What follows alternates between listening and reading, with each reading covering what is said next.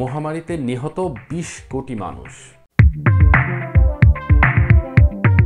পোকা আর ইঁদুর ছিল ভাইরাসের বাহক। বন্ধুরা, আজ আমরা জানব পৃথিবীর ইতিহাসে সবচেয়ে ভয়ানক মহামারী নিয়ে, ব্ল্যাক ডেথ বা কালী মৃত্যুর মহামারী। এই রোগ ১৩৪৭ থেকে ১৩৫১ সাল পর্যন্ত গ্রাস করেছিল পৃথিবীকে, আর এই সময়ে প্রায় ২ কোটি মানুষ মারা গিয়েছিল। ভাবতেই ভয় লাগে, তাই না? এই মহামারীর গল্প শুরু হয়েছিল চীনের কিছু অঞ্চলে। তারপর ব্যবসায়ীরা এবং বণিকদের মাধ্যমে এই রোগ পৌঁছায় ইউরোপে। শুধু ইউরোপ নয়, আফ্রিকা এবং মধ্যপ্রাচ্যেও ছড়িয়ে পড়েছিল ব্ল্যাক ডেথ। তখনকার সময়ে মানুষদের জন্য সবচেয়ে বড় ঝুঁকি ছিল বাণিজ্য এবং জাহাজ। পোকা এবং ইঁদুরের মাধ্যমে ব্যাকটেরিয়া ছড়াতো। এই রোগের নাম ইয়ারসেনিয়া পেস্টিস। একবার সংক্রমণ শুরু হলে আর থামার কোনো উপায় ছিল না।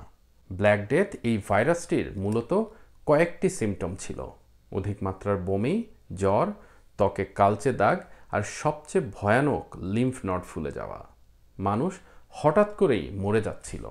কিছুটা সময়ের মধ্যে গ্রাম থেকে শহর সব জায়গা ভয়ঙ্কর মৃত্যুর ছায়ায় ঢেকে যায়। একসময় মানুষের সংখ্যা এত কমে যায় যে গ্রামের সবাই একসাথে মারা যাচ্ছিল। মানুষ চরম আতঙ্কে ছিল। মৃতদেহ মাটি চাপা দেওয়ার জন্য জীবিত মানুষের অভাব দেখা দেয়। বড় বড় গর্তে একসাথে অনেক মৃতদেহ কবর দেয়া হতো। একবার এই ব্যাকটেরিয়া মানুষের শরীরে ঢুকে গেলে মৃত্যু অবধারিত। সে সময় চিকিৎসা ব্যবস্থাও ছিল খুবই সীমিত। এই মহামারী শুধু মানুষকে হত্যা করেনি, সমাজের উপরও বিরূপ প্রভাব ফেলেছে। যেমন কৃষিকাজ ব্যাহত হয়, হাটবাজার বন্ধ হয়ে যায়, যার ফলে মানুষের দৈনন্দিন খরচ অনেক বেড়ে যায়। প্রভাব ফেলে ধর্মীয় বিশ্বাস ও সামাজিক নিয়মের উপরেও। বদলে যেতে থাকে সব কিছু। কেউ কেউ ভেবেছিল এটি সম্ভবত সৃষ্টিকর্তার শাস্তি। ব্ল্যাক ডেথের প্রভাব শিল্প ও সাহিত্যেও দেখা যায়। পেইন্টিং, গান, নাটক সবই মৃত্যু আর ভয়কে কেন্দ্র করে তৈরি হয়। মানুষ মৃত্যুকে নিয়ে ভাবতে শুরু করলো, আর সমাজের মানসিকতাও পরিবর্তন হয়ে গেল। মোটামুটি ৩ বছরের মধ্যে প্রায় ২০০ মিলিয়ন মানুষ মারা যায়। ইতিহাসে ব্ল্যাক ডেথ আমাদের মনে করিয়ে দেয় মানব সভ্যতা কতটা ভঙ্গুর।